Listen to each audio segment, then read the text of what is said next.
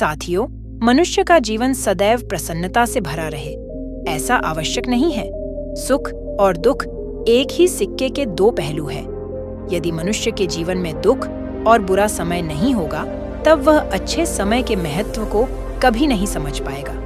कई व्यक्ति ऐसे होते हैं, जब उनके जीवन में समस्याएं आती हैं, तब वह बार बार यही कहते हैं कि आखिर अच्छा समय कब आएगा। किंतु अच्छा समय भाग्य पर निर्भर करता है। साथ ही हमारे कर्म भी अच्छे समय को हम तक पहुंचने में सहयोग करते हैं। मनुष्य के जीवन में होने वाली घटनाओं को ईश्वर तरह तरह से संकेत देकर उसे बताने का प्रयास करते हैं। जब मनुष्य का अच्छा समय आने वाला होता है, तब ईश्वर उसे विभिन्न प्रकार से संकेत देकर बताने का प्रयास करते हैं कि तुम्हारा अच्छा समय जल्द आएगा, थोड़ा धीरज रखो। ऐसे में जानकारी के अभाव में व्यक्ति उन संकेतों का गलत अर्थ निकाला लेते हैं या फिर उनका स्वागत नहीं करते। इस प्रकार जब परेशानियां उनका पीछा नहीं छोड़ती हैं, तब वह निराश हो जाते हैं। आज हम आपको इस वीडियो में बताने वाले हैं कि अच्छे समय आने की क्या संकेत होते हैं और किस प्रकार से इन संकेतों का स्वागत करना चाहिए। साथियों, गौतम बुद्ध की शिक्षा हर किसी के जीवन को नई दिशा दे सकती है। अगर आप भी इसे मानते हैं तो कमेंट्स में नमो बुद्धाय लिखना मत भूलिए। इस कहानी को अंत तक सुनिएगा और वीडियो के साथ बने रहिएगा। आइए एक कहानी की शुरुआत करते हैं। बहुत समय पहले की बात है। एक गांव में एक गरीब आदमी रहता था। वह आदमी अपने जीवन के दुखों से बहुत अधिक परेशान रहता था। जब कभी वह कोई काम करने जाता तो वह काम सफल होते होते रह जाता था। आखिरी क्षणों में असफलता ही उसके हाथ लगती थी। कभी वह स्वास्थ्य को लेकर परेशानी में रहता था तो कभी उसके परिवार में अकाल मृत्यु हो जाती थी। वह अपने जीवन के दुखों से तंग आ चुका था। एक दिन की बात है, वह अपने घर के दरवाजे पर बैठा बैठा सोच रहा था। तभी उसके दरवाजे पर चिड़ियों का झुंड आया। वह पहले से ही परेशान था। चिड़ियों को देखकर उसने उन्हें भगाना शुरू कर दिया। सभी चिड़ियां उसके दरवाजे से दूर हो गईं। उस व्यक्ति की यह विशेष आदत थी। जब भी वह किसी जानवर को अपने घर के आसपास देखता था, तब उसे मारने और भगाने लगता था। साधु संतों को देखकर वह कभी उन्हें कभी प्रणाम नहीं करता था, बल्कि मुंह फेर कर वहां से चला जाता था। आखिरकार लगातार परेशानी झेलते हुए जब उसकी हिम्मत टूट गई, तब एक दिन उसने निर्णय ले लिया कि अब वह इस जीवन को समाप्त कर देगा। वह अपना घर छोड़कर गांव से बाहर चला गया और नदी को देखते ही उसने छलांग लगा दी। लेकिन यह क्या, दो सन्यासियों ने उसे नदी के पानी से बाहर निकाल दिया। दरअसल जब वह नदी में छलांग लगा रहा था, वहां पर एक सन्यासी और उनके दो शिष्य बैठे हुए थे।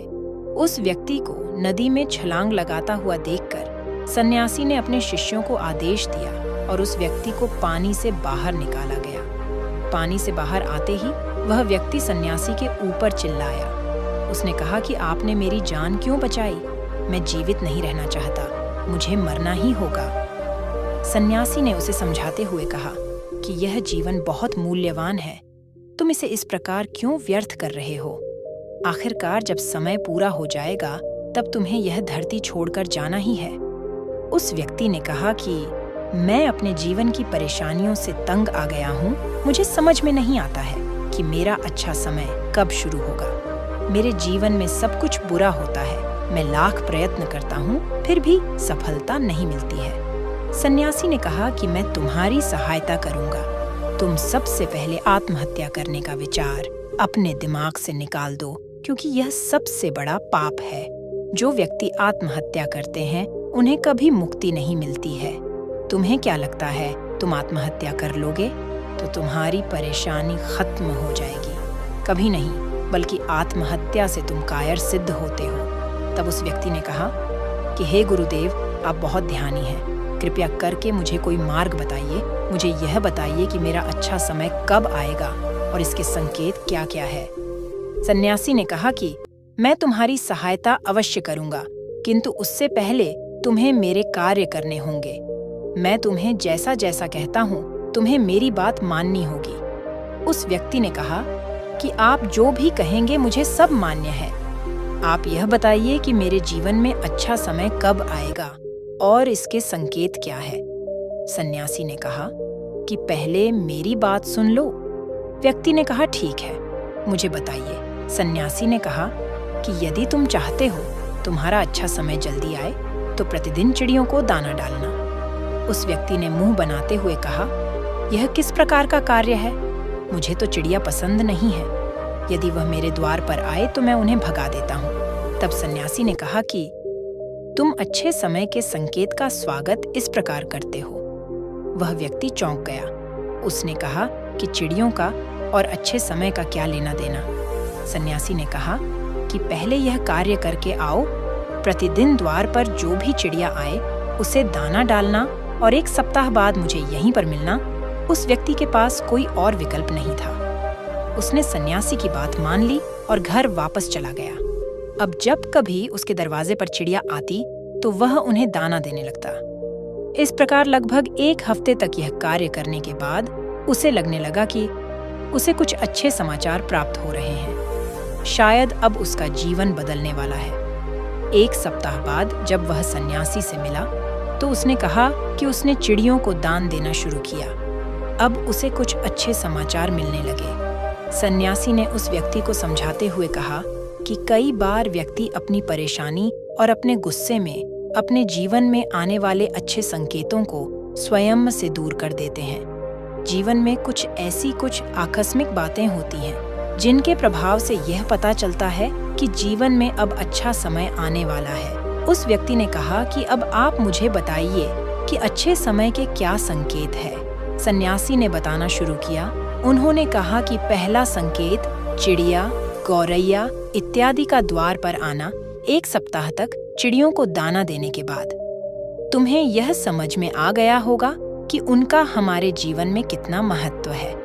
दरअसल चिड़िया ईश्वर की प्रिय होती है। यह छोटे जीव बहुत ही निर्दोष होते हैं। जीवन में जब भी कुछ अच्छा होने वाला होता है तब ईश्वर उन्हें संदेश वहां के रूप में मनुष्य के द्वार पर भेजते हैं। यदि मनुष्य उनका स्वागत अच्छे से करते हैं, उन्हें दाना पानी देते हैं, तब अच्छा समय जल्दी आता है।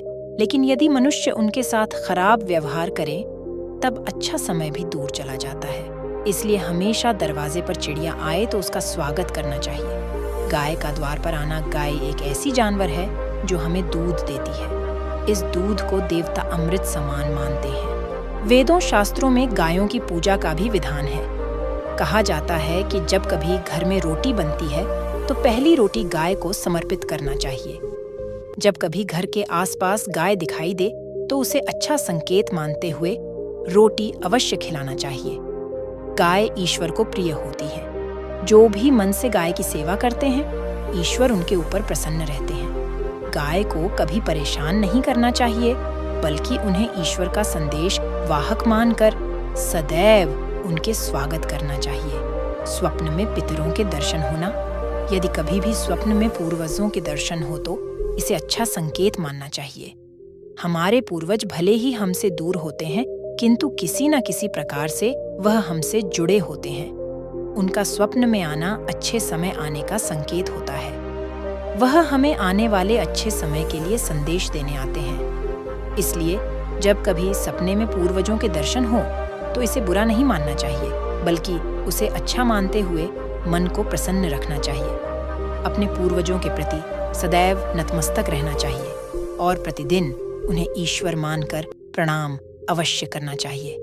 पूजा करते आंखों में आंसू आना आम तौर पर पूजा पाठ नित्य कर्म होते हैं। यह प्रतिदिन करना चाहिए, किंतु कोई व्यक्ति भक्ति भाव में इतना अधिक हो जाते हैं कि पूजा करते समय उनकी आंखों से आंसू आने लग जाते हैं। ये ईश्वर का सबसे अच्छा संकेत होता है कि अब अच्छा समय शुरू होने वाला है।